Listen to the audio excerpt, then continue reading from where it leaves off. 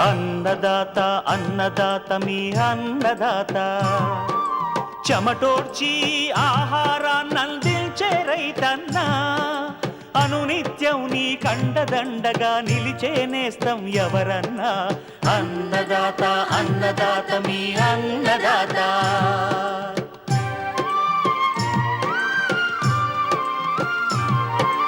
నూతన రీతుల సాగుబడికి, నూరింతలు పెరిగే దిగుబడికి సూచనలిచ్చే సస్య రక్షణకు, పశు పోషణకి శాస్త్ర విజ్ఞానం అందించి ముందుకు నడిపే తెలుగు రైతు భారతదేశానికి మకుటం అయ్యేలా తీర్చిదిద్దే ఆశయంతో మిమ్ము మేలు కొలిపేది అన్నదాత. అన్నదాత అన్నదాత మీ అన్నదాత. అన్నదాత అన్నదాత మీ అన్నదాత. అన్నదాత ప్రేక్షకులకు నమస్కారం. ఈనాటి ముఖ్యాంశాలు: పూత పింద దశలోని జీడి మామిడిలో నీటి యాజమాన్యం, సస్యరక్షణ చర్యలు. వేసవి టొమాటోలో అధిక దిగుబడికి మెలకువలు. ఉమ్మడి గోదావరి జిల్లాల్లో రబీ వరిలో అధికంగా కనిపిస్తున్న సల్ఫైడ్ ఇంజూరీ, జింక్ లోపం కారణాలు, సవరించుకునే మార్గాలు.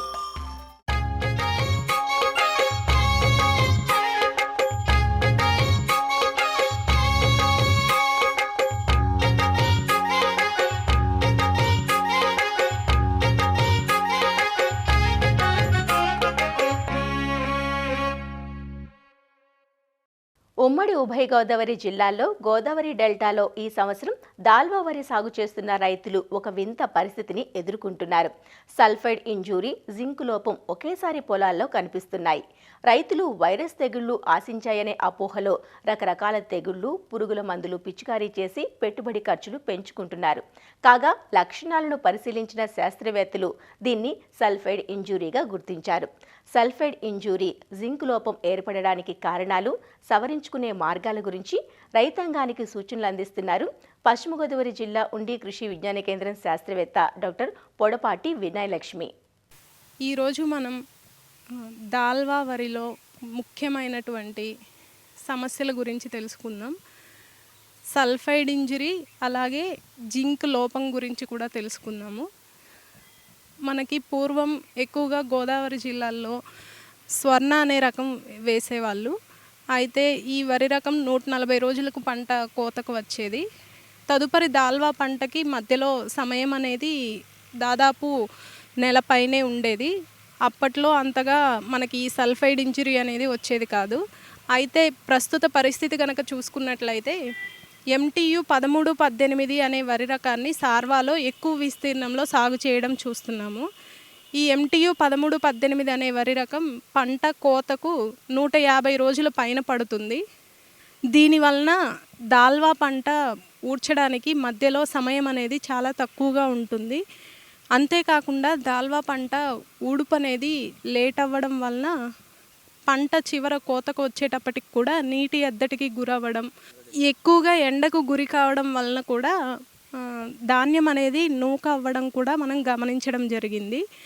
అయితే దీనికి ప్రత్యామ్నాయంగా సార్వాలో మధ్యస్థ కాలపరిమితి కలిగినటువంటి వరి రకాలను సాగు చేసుకోవాలి. అలాగే సార్వా అనంతరం వరి పంట అవశేషాలు బాగా కుళ్ళపెట్టాల్సిన అవసరం ఎంతైనా ఉంది. ఈ వరి పంట అవశేషాలు గనక సరిగ్గా కుళ్ళకపోతే దాల్వా వరి పంట ఊడ్చిన వెంటనే సల్ఫైడ్ ఇంజురీ అనేది ఎక్కువగా రావడం అనేది గమనిస్తూ ఉన్నాము. ఈ సల్ఫైడ్ ఇంజురీ అనేది మనకి లక్షణాలు గనక చూసుకున్నట్లయితే వరి పొలంలో నడుస్తూ ఉన్నప్పుడు నేల బురబురలాడుతూ ఉండడము, అలాగే పంట పిలకలు చేయకుండా ఎదగకుండా ఉండడము, ఆకులన్నీ కూడా పసుపచ్చగా అయిపోవడము, మరీ ఎక్కువగా ఉన్న దగ్గర సల్ఫైడ్ ఇంజరీ దుబ్బులు కూడా చనిపోవడం అనేది కూడా చూస్తూ ఉన్నాము. అయితే ఈ సల్ఫైడ్ ఇంజరీని మనం అధిగమించాలి అంటే కనుక ముందు పంట అవశేషాలు అనేవి సరిగ్గా కుళ్ళబెట్టడం అనేది చాలా వరకు అవసరం. ఈ వరి పంట అవశేషాలని సరిగా కుళ్ళపెట్టాలి అంటే కనుక మనకి వేస్ట్ డికంపోజర్స్ అనేవి అందుబాటులో ఉన్నాయి. గజియాబాద్ వేస్ట్ డీకంపోజర్, ఇది వచ్చేసి మనకి 200 లీటర్ల డ్రమ్ములో 2 కేజీల బెల్లం దంచివేసి డికంపోజర్ కల్చర్ను వేసి 200 లీటర్ల నీళ్ళతో నింపి ఆ డ్రమ్ముని నీడలో ఉంచేసి ఉదయం సాయంత్రం ఒకసారి కలుపుతూ 5 రోజులు కనుక చేసినట్లయితే అందులో ఉన్నటువంటి సూక్ష్మజీవులు మనకి బాగా వృద్ధి చెందుతాయి. 5 రోజుల తర్వాత మనం వరి పంట కోసిన అవశేషాల మీద కనుక ఈ డికంపోజర్ కల్చర్ని కనుక మనం పిచికారీ చేసుకున్నా లేదంటే నీళ్ళ ద్వారా పారించినా సరే ఈ అవశేషాలు అనేవి 20 నుంచి 25 రోజుల్లో మనకి కుళ్ళిపోవడానికి ఆస్కారం ఉంటుంది. అలాగే రెండవ ముఖ్యమైన సమస్య జింకు ధాతు లోపం అండి. ముందు అంతా కూడా మనం నేలలో జింక్ సల్ఫేట్ అనేది వేసేవాళ్ళం ఆఖరి దమ్ములో. ఈ మధ్య ఒక 5-6 సంవత్సరాల నుంచి రైతాంగం జింక్ సల్ఫేట్ అనేది వేయడం మానేశారు. ముడి జింక్ అంటాము. ముడి జింక్ దమ్ములో వేస్తే కనుక మనకి జింక్ ధాతు లోపం అనేది తక్కువగా ఉంటుంది. మనకి గోదావరి జిల్లాల్లో చూసుకున్నట్లయితే సార్వా వరి పంట, అలాగే దాల్వా కూడా వరి పంట.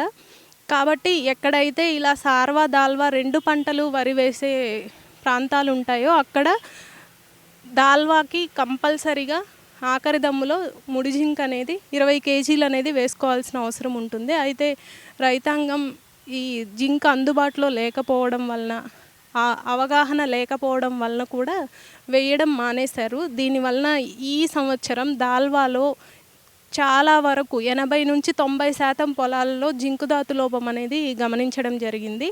ఈ జింకు ధాతు లోపం అనేది మనకి వరి పంట ఊడ్చిన తరువాత 15 రోజుల నుంచి కూడా మనకి పొట్ట దశ వరకు కూడా ఈ జింకు ధాతు లోపం అనేది గమనించడం జరుగుతుంది. లక్షణాలు కనుక చూసుకున్నట్లయితే ఆకు ఈనెకి 2 పక్కల కూడా మనకి తుప్పు రంగు మచ్చలు అనేవి రావడం, ప్రస్తుత కాలంలో అయితే ఆకులు పసుపు పచ్చగా మారిపోవడం కూడా మనం చూస్తూ ఉన్నాము. మనం గనక ఈ జింకు ధాతు లోపం ఉన్న ఆకును గనక విరిచి చూస్తే పెలుసుగా శబ్దం చేస్తూ విరిగిపోతుంది ఆకు అనేది, అది కూడా ఒక లక్షణము. అలాగే మొక్కలు గిడసబారి దుబ్బు చేయవు, ఎదగవు కూడా. ఈ విధంగా లక్షణాలు ఎక్కడైతే గమనిస్తారో పైరుపై ఎకరాకు 400 గ్రాముల జింక్ సల్ఫేట్ని 5 రోజుల వ్యవధిలో 200 లీటర్ల నీటిలో కలిపి 2 సార్లు పిచికారీ చేయవలసి ఉంటుంది. అయితే రైతాంగం గమనించవలసింది ఏంటి అంటే జింక్ స్ప్రే చేస్తున్నారు అనుకుంటున్నారు కానీ కుమోనిల్ జింక్ ఇంకా ఇటువంటి రకరకాల ఇన్సెక్టిసైడ్స్, ఫంగిసైడ్స్తో కలిపినటువంటి జింకులు కొడుతున్నారు. అందులో జింక్ శాతం అనేది చాలా తక్కువగా ఉంటుంది. దానివలన మనకి కనబడేటటువంటి జింక్ ధాతు లోప లక్షణాలు అనేవి తగ్గడం అనేది చాలా వరకు తక్కువగా ఉంటుంది. కాబట్టి జింకుతో ఎటువంటి ఎరువును కానీ పురుగు మందును కానీ కలపకుండా జింక్ విడిగా స్ప్రే చేయాల్సి ఉంటుంది. జింక్ సల్ఫేట్ అనేది మనకి గోదావరి జింక్ కానీ ఎరిస్ జింక్ కానీ ఇవి 12% జింక్ ఉండేటటువంటివి అందుబాటులో ఉన్నాయి. అటువంటివి తీసుకున్నట్లయితే కనుక మనకి లోప లక్షణాలు అనేవి చాలా త్వరగా తగ్గడానికి ఆస్కారం ఉంటుంది. ఈ దాల్వాలో 2025-26 దాల్వా కనుక చూసుకున్నట్లయితే ఎక్కువగా సల్ఫైడ్ ఇంజరీ, జింక్ ధాతు లోపం ఈ 2 ఎక్కువగా ఉండడం వల్ల రైతాంగానికి అవగాహన లేక చాలా వరకు వైరస్ తెగులు అనుకొని చాలా పురుగు మందులు, తెగులు మందులు కూడా స్ప్రే చేశారు. దానిపైన చాలా ఖర్చు కూడా పెట్టినటువంటి ఆస్కారాలు కూడా ఉన్నాయి.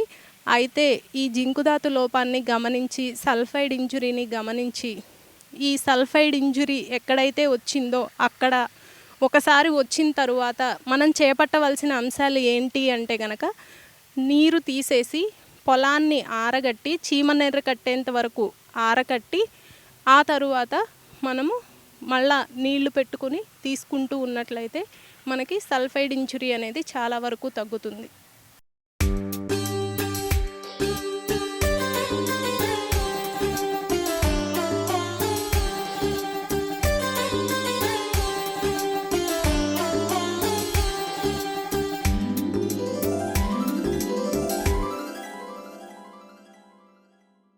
వేసవి కూరగాయల్లో టమోటా పంటకు మంచి గిరాకీ ఉంటుంది. మార్చ్, ఏప్రిల్ మొదలు జూలై మాసాంతం వరకు టమోటాను అన్సీజన్ పంటగా పరిగణిస్తారు. ఎందుకంటే ఎండలు మండే ఈ కాలంలో సహజంగానే టమోటా కాపు తక్కువగా ఉంటుంది. అంతేకాక వర్షాకాలంలో నాటే ఖరీఫ్ పంట నుంచి దిగుబడి అందివచ్చేసరికి ఆగస్టు వస్తుంది.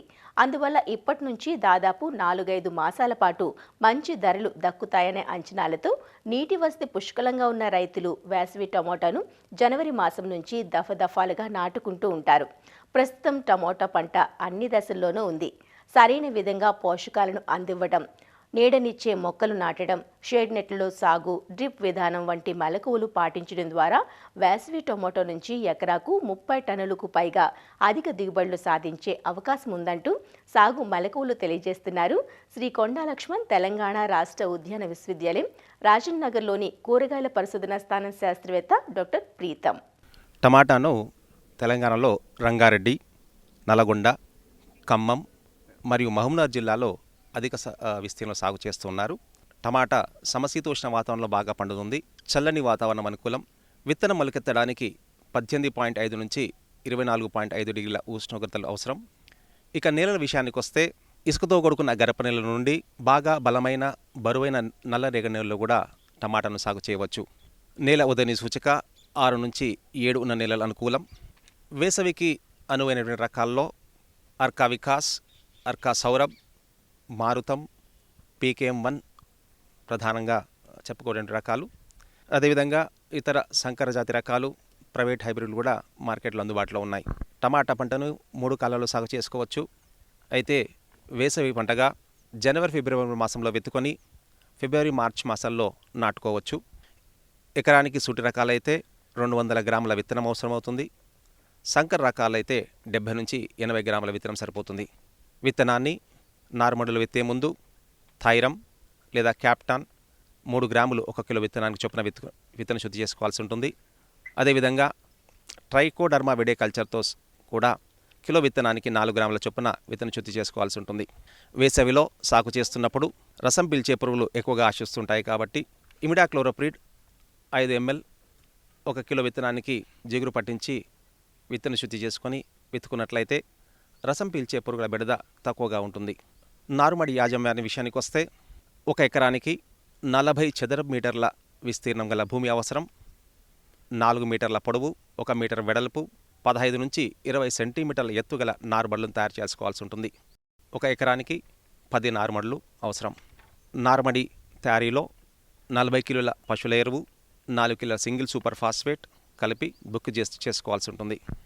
నారుమడిలో విత్తనాలను పలుచగా 10 సెంటీమీటర్ల ఎడము, 1 నుంచి 2 సెంటీమీటర్ల లోతులో విత్తుకోవాల్సి ఉంటుంది. తర్వాత విత్తనం మొలిచే వరకు ఎండుగడ్డి కప్పి ఉంచాల్సి ఉంటుంది. వెంటనే రోజ్ క్యాన్తో నీటిని అందించాల్సి ఉంటుంది. ముఖ్యంగా కీటకాల నుంచి సంరక్షణ కోసం 40 చదరపు మీటర్ల విస్తీర్ణానికి 100 గ్రాముల ఫిరోడాన్ 3G గుళికలు వేసుకోవాల్సి ఉంటుంది. అదేవిధంగా నారుకులు సమస్య నుంచి అధిగమించడానికి బోడో మిశ్రమం 1% లేదా రాగి ధాతు శిలీంద్రనాశిని అయినటువంటి కాపర్ ఆక్సిక్లోరైడ్ 3 గ్రాములు లీటర్ చొప్పున కలుపుకొని నారుమడి శుద్ధిని 2 సార్లు చేసుకోవాల్సి ఉంటుంది. నారు పీకడానికి వారం రోజుల ముందు నీరు తగ్గించాల్సి ఉంటుంది. ఈ విధంగా చేసినట్లయితే నారు దృఢంగా పెరిగి తర్వాత నాటుకోవడానికి అనువుగా ఉంటుంది. 21 నుంచి 25 రోజుల వయసు గల నారు, 3 నుంచి 4 ఆకుల దశల ఉన్నటువంటి నారు ప్రధాన పొలం నాటుకోవడానికి బాగా అనువైనది. ప్రధాన పొలం తయారీ విషయానికి వస్తే ప్రధాన పొలాన్ని 3 నుంచి 4 సార్లు బాగా దుక్కి చేసుకోవాల్సి ఉంటుంది. ఆఖరి దుక్కిలో ఎకరానికి 8 నుంచి 10 టన్నుల బాగా చివికిన పశువుల ఎరువు వేసుకోవాల్సి ఉంటుంది. ప్రధాన పొలాన్ని బోదెలు కాలువలుగా చేసుకోవాల్సి ఉంటుంది. 2 వరుసల మధ్య 60 సెంటీమీటర్ల ఉండే విధంగా, వరుసల్లో మొక్కకు మధ్య 45 సెంటీమీటర్ల ఎడంతో నాటుకోవాల్సి ఉంటుంది. ఎరువుల యాజమాన్య విషయానికి వస్తే 150 కిలోల సింగిల్ సూపర్ ఫాస్ఫేట్, 40 కిలోల మ్యూరేట్ ఆఫ్ పొటాష్ని ఆఖరి దుక్కిలో వేసుకోవాల్సి ఉంటుంది. 90 కిలోల యూరియాను 3 సమభాగాలుగా చేసుకొని మొక్కలు నాటిన 30వ రోజు, 45వ రోజు, 60వ రోజు అప్పుడు 30 కిలోల యూరియాని పైపాటుగా అందించాల్సి ఉంటుంది. సంకర రకాలు సాగు చేసేటప్పుడు 50% రసాయనిక ఎరువులు అధికంగా వాడాల్సి ఉంటుంది. అదేవిధంగా జీవన ఎరువులైనటువంటి అజిటోబ్యాక్టర్ లేదా అజోస్పైరుల్లం 2 కిలోలు, అదేవిధంగా ఫాస్ఫోబ్యాక్టీరియా ఫాస్ఫరస్ సాల్బిజం బ్యాక్టీరియా 2 కిలోలు 50 కిలోల పశువుల ఎరువులో కలుపుకొని 7 నుంచి 10 రోజుల పాటు నీళ్లు చిలకరిస్తూ బాగా మాగిన తర్వాత ఆ ఎరువుని ఆఖరి దుక్కులు వేసుకోవాల్సి ఉంటుంది.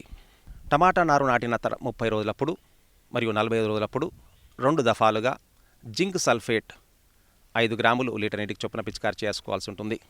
టమాటా పంటలో కాయ పగులు అనేటువంటి సమస్య నుంచి అధిగమించడానికి బోరాక్స్ 2 గ్రాములు లేదా డైసోడియం ఆక్టాబోరేట్ 1.25 గ్రాములు లీటర్ నీటికి చొప్పున కలుపుకొని 2 సార్లు పిచికారి చేయాల్సి ఉంటుంది. అదేవిధంగా పూత దశలో 1 లీటర్ నీటికి 20 గ్రాముల యూరియాని పూత దశలో పిచికారి చేసుకోవాల్సి ఉంటుంది.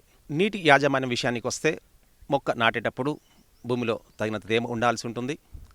నాటగానే ఒక తడి, నాటిన 3వ రోజు మరొక తడి, నేల స్వభావాన్ని బట్టి 7 నుంచి 8 రోజులకు ఒక తడి ఇస్తే సరిపోతుంది. నీటి సున్నిత దశలైనటువంటి పూత దశ, పిందె దశ, కాయ దశలో దగ్గరగా నీటి తడు అందించాల్సి ఉంటుంది. నీటిని బిందు సేద్యం ద్వారా అందించినట్లయితే మంచి దిగుబడులు రావడానికి ఆస్కారం ఉన్నది. బిందు సేద్యం ద్వారా నీటిని అందించినట్లయితే మొక్కలు త్వరగా కుదురుకొని ఏపుగా పెరిగి మంచి దిగుబడులు అందిస్తాయి. కలుపు సమస్యను అధిగమించడానికి టమాటా మొక్కలు నాటిన వెంటనే భూమిలో తగినంత తేమగా ఉన్నప్పుడు 24 గంటల లోపు పెండిమిథాలిన్ 1.2 లీటర్లు 200 లీటర్ నీటిలో కలుపుకొని భూమంతా కూడా తడిచేలా పిచికారి చేయాల్సి ఉంటుంది. ఒకవేళ నారు నాటిన తర్వాత పెండిమిథలిన్ వాడనట్లయితే నారు నాటిన 15 నుంచి 20 రోజులప్పుడు మెట్రోబిజిన్ 300 గ్రాములు 200 లీటర్లు కలిపి పిచికారి చేసినా కూడా ప్రతిఫలం ఉంటుంది. నారు నాటిన 25 నుంచి 30 రోజులప్పుడు మనుషులతో కూలీలతో ఒకసారి కలుపు తీయించుట ప్రయోజనకరంగా ఉంటుంది. టమాటా పంటలో అధిక దిగుబడులకు సాధించడం కోసం ప్రత్యేకంగా చేపట్టవలసిన కొన్ని ప్రత్యేకమైన చర్యల్లో మల్చింగ్ అనేది ఒకటి. రెండవది స్టేకింగ్ ఊతమివ్వుట. నల్లటి ప్లాస్టిక్ షీట్ లేదా వెండి రంగు గల ప్లాస్టిక్ షీట్ని 25 మైక్రాన్ల మందం 1.2 మీటర్ల వెడల్పు గల ప్లాస్టిక్ షీట్ని వాడినట్లయితే తేమ సంరక్షించబడుతుంది, కలుపు సమస్య అధిగమించవచ్చు, తర్వాత పంట నాణ్యత కూడా బాగా ఉంటుంది. నిటారుగా పొడవుగా పెరిగేటువంటి టమాటా రకాల్లో ఊతమివ్వుట అనేది ప్రయోజనకరంగా ఉంటుంది. ఊతమివ్వడం వల్ల మంచి పరిమాణం గల కాయల్ని పొందవచ్చు. 30 నుంచి 35 రోజులప్పుడు టమాటా పంటకు ఊతమివ్వాల్సి ఉంటుంది. దారాలు పురుకోసంతో తీగకు ఎగబాకించడం చేసినట్లయితే తక్కువ తెగులు, ఎక్కువ కాయ పరిమాణము, అధిక దిగిపోయినట్లు పరిశోధన ఫలితాలు తెలియజేస్తున్నాయి. టమాటా పంటలో సమగ్ర సస్యరక్షణ చర్యలో భాగంగా పంట మార్పిడి విధానం విధిగా పాటించాల్సి ఉంటుంది. టమాటా పంటను ఫ్రెంచ్ చిక్కుడుతో పంట మార్పిడి చేయడం, ఆవాలు, బంతి, చిరుధాన్య పంటలతో కూడా పంట మార్పిడి చేసినట్లయితే పురుగులు తెగులు ఎక్కువగా ఆశించకుండా అధిక దిగుబడులు సాధించడానికి అవకాశం ఉంటుంది. విత్తన శుద్ధి చేసుకోవడం, వేసవిలో లోతు దుక్కులు, ట్రైకోడర్మా విరిడే ఫార్ములేషన్ 1 కిలో, 10 కిలోల వేపపిండి, 90 కిలోల పశువుల ఎరువుతో కలుపుకొని పొలంలో అక్కడక్కడ చల్లుకోవడం వల్ల కూడా ప్రయోజనం ఉంటుంది. ఎర్ర పంటగా బంతి నారు, ఆముదం విత్తనాలు విత్తుకోవడం, లింగాకర్షక ఎర్రలు, పసుపు రంగు, నీలిరంగు, తెల్లటి జిగురు అట్టలు అమర్చుకోవడం. టమాటా 4 నుంచి 6 వారాల వయసులో ఉన్నప్పుడు ఎకరానికి 20,000 ట్రైకోగ్రామా బదనిక పురుగులను వదలడం అంటే చేపట్టడం చేసినట్లయితే మంచి దిగుబడి రావడానికి ఆస్కారం ఉంటుంది. పంట నాటిన 60 నుంచి 65 రోజులకు కోతకు వస్తుంది. 60 రోజుల పాటు ప్రతి 3 రోజులకు ఒకసారి కోత తీసుకోవచ్చు. మంచి యాజమాన్య చర్యలు చేపట్టినట్లయితే వేసవిలో రకాన్ని బట్టి ఎకరానికి సుమారుగా 20 టన్నుల దిగుబడి పొందడానికి కూడా ఆస్కారం ఉన్నది.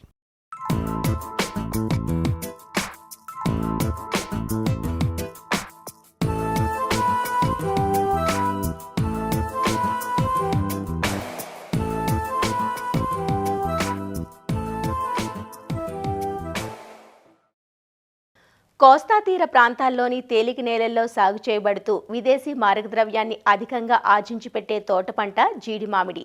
ప్రస్తుతం ఈ తోటలన్నీ పూత పిందె దశలో ఉన్నాయి. ఇప్పుడు తోటల్లో మనం చేపట్టే కొన్ని యాజమాన్య సస్యరక్షణ చర్యలపైనే గింజ దిగుబడి, నాణ్యత ఆధారపడి ఉంటుంది. ఈ దశలో పలు రకాల చీడపీడలు ఆశించి దిగుబడులను హరించే ప్రమాదం ఉంది. ముఖ్యంగా టీ దోమ, ఆకు పూతమాడు తెగులుతో పాటు తోటల్లో సంవత్సరమంతా కనిపించే వేరు మరియు కాండం తొలుచు పురుగు జీడి మామిడి తోటలకు ఆగర్భ శత్రువులుగా పరిణమించింది. ఈ పురుగును గుర్తించాక నిర్లక్ష్యం చేస్తే ఇతర చెట్లకు ఆశించే ప్రమాదం ఉంటుంది. కాబట్టి జీడి మామిడి తోటల్లో రైతులు సమయానుకూలంగా సరైన యాజమాన్య సస్యరక్షణ పద్ధతులను తప్పక పాటించాలంటూ వివరాలు తెలియజేస్తున్నారు పార్వతీపురం మన్యం జిల్లా రస్తాకుంటబై కృషి విజ్ఞాన కేంద్రం ఉద్యాన శాస్త్రవేత్త డాక్టర్ ఎస్ శ్రీనివాసరాజు. ఇప్పుడు ప్రస్తుత తరుణంలో ఈ జీడి చూసినట్లయితే మనకి ఆల్రెడీ పూత అంతా పిండి దశలో మనకి రావడం జరిగింది. దీనికి ఎక్కువగా మనకి ఏంటంటే నీటి యాజమాన్యం, అదేవిధంగా పురుగు తెగులు యాజమాన్యం అనేది ఈ సమయంలో అత్యంత కీలకమైన విషయం. కాబట్టి జనరల్గా ఈ టైంలో మనకి వచ్చే తెగుళ్ళు చూసుకున్నట్లయితే టీ దోమ అనేది ఎక్కువగా ఆశిస్తుంది. ఈ టీ దోమ అనేది సంవత్సరం పొడవునా ఉంటుంది. ఇప్పుడు ఎక్కువగా లేత చిగురు, అదేవిధంగా పూత రెమ్మలు, అదేవిధంగా పిందె అభివృద్ధి చేసే దశల్లో ఇది చెట్టును ఆశించి తీవ్రంగా నష్టపడి జరుగుతుంది. ఇది ఆశించినట్లయితే మనకి ఏమంటే ఎర్రని బిందువులు అనేవి ఎక్కడైతే ఆశిస్తుందో అక్కడ ఏర్పడడం జరుగుతుంది. దాంతోపాటు ఈ పూత రెమ్మలపైన కండే ఆకారపు మచ్చలు అనేవి ఏర్పడడం జరుగుతుంది. అదే ఇది ఒకవేళ పూతని అదేవిధంగా పిందెల్ని వారిని ఆశించినట్లయితే ఆ రెండు కూడా ఎండిపోయి రాలిపోయి పడిపోవడం జరుగుతుంది. దాంతోపాటు ఇంకా తీవ్రత దశలో ఉంచినట్లయితే మనకు మొత్తం చెట్టు అంతా కాలిపోయినట్లు కనిపించడం జరుగుతుంది. కాబట్టి పూత దశలో చిగురు దశలోనే మనకి థయోమిథాక్సాన్ మందును 0.3 గ్రామ్స్ ఒక లీటర్ నీటికి కలిపి పిచికారీ చేసుకోవాలి. అదే మనకి పూత వచ్చే దశలో ఇప్పుడు అదే ఉంది కాబట్టి ఇప్పుడు మనం ఈ లాంబ్డా సహేలుత్రిన్ అనే మందును 0.6 ml ఒక లీటర్ నీటికి, లేదా క్లోరిపైరిఫాస్ అనే మందు 2 ml ఒక లీటర్ నీటికి ఏదో ఒక దాన్ని పిచికారీ చేసుకోవాలి. పింజ బఠానీ సైజులో ఉంది కాబట్టి ఈ దశలో మనం ఏం చేస్తామంటే ప్రొఫెనోఫాస్ అనే మందును 2 ml ఒక లీటర్ కలిపి ఆ యొక్క ఉద్ధృతిని బట్టి మనం చేసినట్లయితే చాలా వరకు దీన్ని మనం నివారించవచ్చు. అయితే దీంతో పాటు కూడా మనకి ఈ బ్లైట్ అంటే ఆకు అదేవిధంగా పూత మాడు తెగులు కూడా ఎక్కువ వచ్చే ఆస్కారం ఉంది. కాబట్టి ఈ తెగులుకి ఏంటంటే జనరల్గా ఈ బ్లైట్ అనేది వచ్చి ఈ మనకి కనబడకుండానే మనకి మొత్తం అంతా పూత పిందె మొత్తం అంతా కూడా ఈ తేనె మంచి పురుగులాగే మొత్తం మాడిపోయి మొత్తం రాలిపోయే ఛాన్స్ ఉంది. కాబట్టి దాని నివారణ కోసం కార్బనిజం అనే మందు 1 గ్రాము ఒక లీటర్ నీటికి కలిపి పిచికారీ చేసుకున్నట్లయితే చాలా వరకు ఈ తేనె మంచి పురుగు అదేవిధంగా తెగుళ్ళు ఏవైతే ఆశిస్తాయో ఈ టైంలో దాన్ని కూడా మనం సక్రమంగా నివారించొచ్చి మంచి దిగుబడి రావడానికి ఆస్కారం ఉంటుంది. దాంతోపాటు ఈ కాలంలో ఎక్కువగా మనం గమనించాల్సింది ఇంకో పన్నం కాండం మరియు వేరుతులుచు పురుగు అనేది అతి ప్రధానమైన సమస్య. ఈ కాండం మరియు వేరుతులుచు పురుగుని మనం ఈ జీడి తోటలో ఆగర్భ శత్రువుగా మనం భావించవచ్చు. ఎందుకంటే ఈ సంవత్సరం పొడవునా కూడా జీడి తోటలో ఉంటుంది. అయితే దీని ప్రభావం మాత్రం ఎక్కువగా డిసెంబర్ నుంచి మే మాసాల్లో ఎక్కువగా కనబడుతుంది. కాబట్టి ఆ చెట్టును కాపాడుకోవాల్సిన అవసరం ఎంతైనా ఉంది. తల్లి పురుగు మనకి చెట్టు బెరడు పైన బెరడు మధ్యలో అదేవిధంగా ఈ వేరు కింద అదేవిధంగా మొత్తం ఏంటంటే బియ్యపు గింజ సైజులోని మనకి ఈ గుడ్లు పెట్టడం జరుగుతుంది. ఆ గుడ్లు అనేది 7 రోజుల్లోనే ఒదిగి ఆ బెరడును తొలుచుకుంటూ కాండంలోనికి అదే వేరులోనికి రెండింటికి ప్రవహించి ఆ లద్దె పురుగు సుమారు 6 నుంచి 8 నెలలు ఆ లోపల ఉన్న జీవరసాలను జీవనాలను తెంపుకుంటూ దాని జీవనం కొనసాగిస్తూ ఆ విసర్జన పథకం అనేది పొట్టులాగా మారి ఒక నల్లని బంకలాగా మనకి బయటికి రావడం జరుగుతుంది. ఆ సొరంగం అంతా కూడా ఇది పొట్టును నింపేసి మొత్తం దాని యొక్క జీవిత చక్రాన్ని దాంట్లో కంటిన్యూ చేస్తుంది.